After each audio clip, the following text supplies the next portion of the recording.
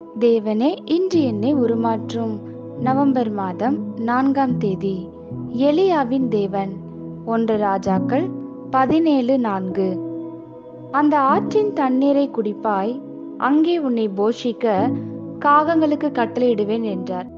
நம் வாழ்வின் தேவை சந்திப்பதற்கு வேண்டிய நன்மைகளை தேவன் முன்னதாகவே நியமித்து வைத்துள்ளார் என்பதை நாம் ஞாபகப்படுத்திக் கொள்ள வேண்டும். இது ஒரு குறுகிய கால காப்பீடு திட்டம் அல்ல, தேவன் நமக்கு எக்காலத்திற்கும் கொடுக்கும் நிச்சயம். பெரிய தீர்க்கனான எலியா தன் ஜீவனுக்காக ஒரு ஆற்றின் ஓரத்தில் மறைந்திருக்கிறதை நாம் இங்கு பார்க்கிறோம். உலகத்தின் நிலை எப்படி இருந்தாலும் தேவன் தம் ஜனங்களின் தேவைகளை சந்திக்க விசேஷித்த திட்டம் வைத்துள்ளார் என்பதை உணர்த்த விரும்பினார். தீர்க்கதரிசி எதிர்பார்த்திராத வகையிலே தேவன் தேவைகளை சந்திக்க காகங்களையும் விதவையையும் பயன்படுத்தினார். இவ்விரண்டு வசனங்களிலும் தேவன் கட்டளையிட்டார் என்று சொல்லப்படுவதை பார்க்கிறோம். பொதுவாக காகங்கள் பறித்து செல்லும் சுபாவம் உடையவை. விதவை மிகவும் ஏழ்மையானவள்.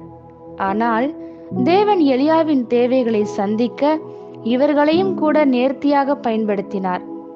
உணவை எடுத்து வர காகங்களுக்கு ராஜாவின் அரண்மனை பந்தியை தேவன் காட்டியிருப்பார். விதவையோ பஞ்சகாலம் முழுவதும் போஷிக்கப்பட்டாள். உங்கள் தேவைகள் சந்திக்கப்படும்படி தேவன் கட்டளையிட்டிருக்கும் நபர்கள் மற்றும் சந்தர்ப்பங்களை நீங்கள் சந்திக்க போகிறீர்கள் என அறிவது மிகவும் மகிழ்ச்சியான காரியம் அல்லவா? இவை யாவும் காலங்கள் துவங்கும் முன்னரே நியமிக்கப்பட்டு விட்டன. ஒரு பாவி உண்டாயிருப்பதற்கு முன்னரே ஒரு இரட்சகர் ஆயத்தமாயிருந்தார்.